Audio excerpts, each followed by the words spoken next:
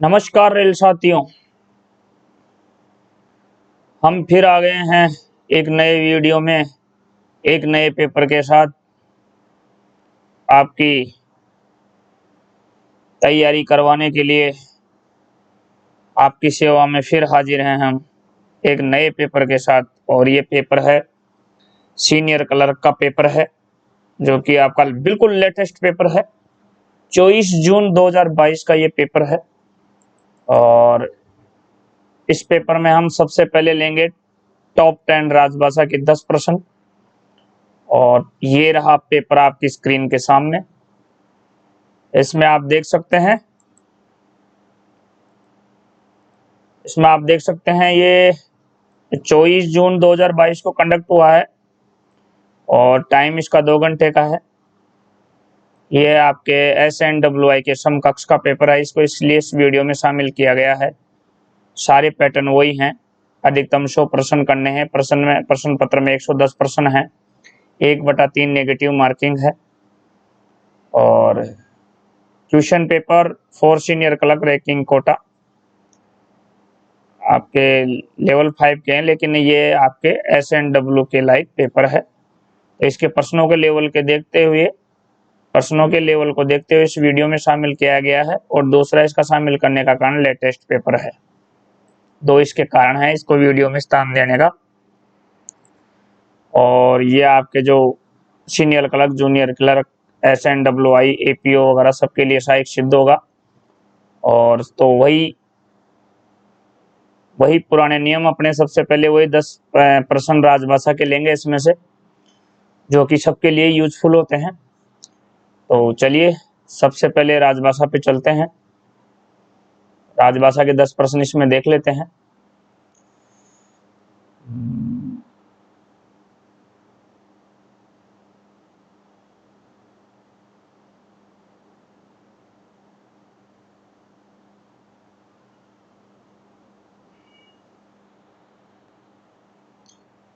सबसे पहले राजभाषा के पर अटैक करते हैं। राजभाषा एक महत्वपूर्ण टॉपिक है साथियों, आप ये सभी जानते हैं। चलिए, राजभाषा आ गई है, आपके स्क्रीन पे आ गई है। और यहाँ पे जो पहला प्रश्न है आपका, वो है राजभाषा आयोग के प्रथम अध्यक्ष कौन थे। राजभाषा आयोग के प्रथम अध्यक्ष कौन थे? तो राजभाषा जो आयोग था, वो आयोग आपके बना था 7 जून 1955 को ये बना था राजभाषा आयोग आपका। और 1955 को ये बना था। और इसके जो प्रथम अध्यक्ष थे वो आपके बीजी खेर थे। बीजी खेर का पूरा नाम है बाल गंगाधर खेर। तो ये उस समय तत्कालीन मुंबई के मुख्यमंत्री थे। तो बीजी खेर आपके इसका आंसर, राइट आंसर है BG Kher, Bal Gangadhar Kher. Option C is right answer. प्रश्न नंबर 102 है साथियों, संसद में प्रयोग होने वाली भाषा का प्रावधान संविधान के किस अनुच्छेद में किया गया है? यहां संसद बोला है, यह ध्यान रखिएगा साथियों, यहां संसद बोला है। संसद में प्रयोग होने वाली भाषा का प्रावधान संविधान के किस अनुच्छेद में किया गया है? तो संसद के लिए 120 है, संसद के लिए 120 है, विधानमंडल के लिए 210 है। अब इसमें तो आ जाता है आपका भाग 5, इसमें आ जाता है आपका भाग 5, और इसमें आ जाता है आपका भाग 6, भाग 6। और ये जो 344 से 351 है, 343 और जोड़ लेते हैं यहाँ, ये 343 351 है, ये आपका है भाग 17। ये 343 से 351 टोटल 9 अनुच्छेद है। तो यहाँ पे जो प्रश्न पूछ रहा है वो पूछ रहा है आपका संसद में प्रयोग होने वाली भाषा का प्रावधान संविधान के किस अनुच्छेद में किया गया है? तो वो अनुच्छेद आपका संसद के लिए 120 है और विधानमंडल के लिए 210 है। विधानमंडलों के लिए अनुच्छेद 210 है। और बाकी आप ये जानते ही हैं भाग 17 के लिए 343 से 351 आते हैं। तो यहाँ जो प्रश्न 102 में है वो आपका राइट आंसर हो जाएगा ऑप्शन बी, यानी कि भाग 5 और अनुच्छेद 120। ये आप ध्यान में रखिएगा साथियों। तो यहाँ पे right answer is option B is correct answer. यहाँ जो आपका आंसर होगा वो बी इज करेक्ट आंसर होगा।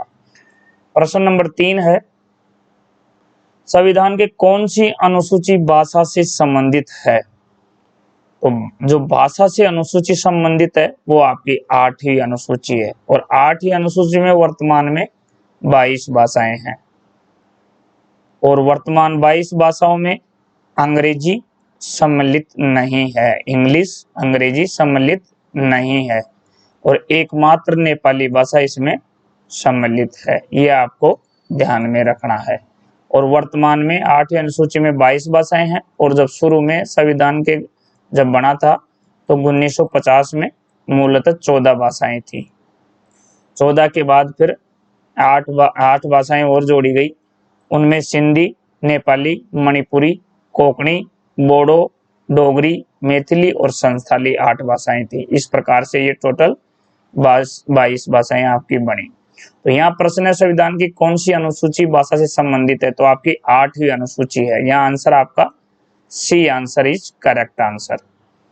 हिंदी दिवस कब मनाया जाता है? तो हिंदी दिवस आपका 14 सितंबर को मनाया जाता है, और ये हम 1953 से मनाते आ रहे हैं। और इसके साथ दूसरा प्रश्न जो बनता है वो 10 जनवरी का बनता है। 10 जनवरी को हम अंतर्राष्ट्रीय हिंदी दिवस मनाते हैं, जो कि 2006 से अपन मनाते आ रहे हैं। तो ये प्रश्न आपका 104 सोल्व हो गया। प्रश्न संख्या 105 है, राजभाषा के आधार पर महाराष्ट्र भारत के कौन से क्षेत्र में आता है? तो यहाँ पंगुचंद्र मदान की ट्रिक आपकी काम करेगी। कौन सी ट्रिक काम करेगी आपकी? पंगुचंद्र मदान की ट्रिक काम करेगी। पंगुचंद्र जो मदान ट्रिक है वो आपकी ख क्षेत्र के लिए है, ध्यान में रखिएगा। ख क्षेत्र में कितने आते हैं? 3 संघ शासित राज्य और 3 अपने स्टेट आते हैं। तो उनमें पैसे पंजाब, गु से गुजरात, चंद्र से चंडीगढ़, और मैं से महाराष्ट्र, और दा से दादरा नगर हवेली, और इसी में आपका दमनदीप समूह। तो ये टोटल 6 आपके इसमें आ जाते हैं। तो यहाँ महाराष्ट्र है, तो महाराष्ट्र यहाँ पंगुचंद्र मदान की ट्रिक में आ रहा है, तो महाराष्ट्र आपका ख क्षेत्र हो जाएगा। तो ये ख क्षेत्र के लिए ही ट्रिक है। ख क्षेत्र में कौन कौन आते हैं? ख क्षेत्र में आपके पंजाब, गुजरात, चंडीगढ़, महाराष्ट्र, दादरा नगर हवेली और दमनदीप समूह है। ये आपके 3 और 3 6 टोटल इसमें आते हैं।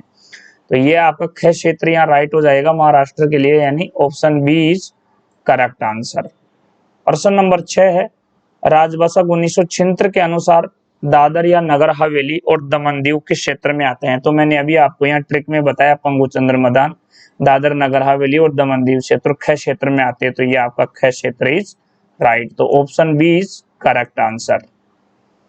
ये सुपरहिट प्रश्न है साथियों, ये सुपरहिट प्रश्न है। केंद्रीय हिंदी समिति के अध्यक्ष कौन होते हैं? तो ये प्रधानमंत्री जी होते हैं, हमारे माननीय सम्माननीय आदरणीय प्रधानमंत्री जी होते हैं, जो कि वर्तमान में श्री नरेंद्र मोदी जी हैं। Option B is correct answer. और प्रश्न नंबर 108 है, गृह मंत्रालय के अंतर्गत राजभाषा विभाग की स्थापना कब हुई थी? तो ये 1975 में हुई थी, 1975 में हुई थी। तो यहाँ आपका ऑप्शन ये भी गलत है, ये भी गलत है, ये भी गलत है। 1955 जो यहाँ दे रखा है इसमें राजभाषा आयोग की हुई थी, न कि राजभाषा विभाग की, क्योंकि राजभाषा विभाग की 1975 में हुई थी। तो यहाँ पे आपका आंसर कोई सा ही नहीं बनेगा, यहाँ चारों गलत हैं, चारों गलत हैं। तो ये प्रश्न डिलीट करने लायक है, ये प्रश्न डिलीट करने के लायक है। और विभागीय परीक्षाओं में गलतियां तो होती हैं, तो ये प्रश्न डिलीट करने लायक है। वैसे आप आंसर याद कर लीजिए, राजभाषा विभाग के लिए पूछा है तो 1975, और राजभाषा आयोग 1955, जो कि 7 जून 1955 को राजभाषा आयोग की स्थापना हुई थी, और इसके प्रथम अध्यक्ष तो बीजी खेड़ थे। तो ये मैंने आपको यहाँ ऊपर में फर्स्ट पर्सन में मैं बता चुका हूँ। तो यहाँ ये जो 109 प्रश्न है ये भी गलत है, यहाँ मराठी की जगह हिंदी लिखिएगा, मराठी की जगह मराठी की जगह हिंदी भाषा लिखिएगा। यानी हिंदी भाषा की लिपि क्या है, तो वो देवनागरी है। हिंदी भाषा की लिपि क्या है, तो वो देवनागरी है। Option B is correct answer. और ये लो, दिवस के 2 प्रश्न समा गए इसमें। विश्व हिंदी दिवस भी पूछ लिया और हिंदी दिवस भी पूछ लिया। तो विश्व हिंदी दिवस 10 जनवरी को मनाया जाता है, जो मैंने आपको ऊपर बताया। और यह आपके 2006 से हम रेगुलर मनाते आ रहे हैं। तो ये थे साथियों राजभाषा के 10 प्रश्न, जो कि बहुत ही इजी थे। और thank you very much, thanks for watching this video. तो ये हमने राजभाषा का अलग से वीडियो बनाया है साथियों, ये सबके लिए उपयोगी होता है। अब जो हम सीनियर क्लर्क का पेपर लेंगे, वो लेंगे 1 से 100 तक का 2 पार्ट में करेंगे, 50 एक पार्ट में करेंगे, 50 दूसरे पार्ट में करेंगे। तो जब तक 1 से 50 तक का पार्ट हम लाते हैं, तब तक के लिए दीजिए आज्ञा। थैंक यू, नमस्कार, thanks for watching this video. जय रेलवे, जय हिंद। फिर मिलेंगे हम 1 से 50 तक के प्रश्नों में सीनियर क्लर्क के। और ये लेटेस्ट पेपर था साथियों, ये आपके 24/6/2022 का पेपर था, इसलिए इसको वीडियो में स्थान मिला। और ये किसी रेल साथी ने ही भेजा था, मुझे ध्यान नहीं है, काफी दिन हो गए उनको भेजे हुए। तो उनको बहुत बहुत धन्यवाद, थैंक यू वेरी मच। फिर मिलेंगे एक नए वीडियो में, तब तक के लिए दीजिए आज्ञा, नमस्कार।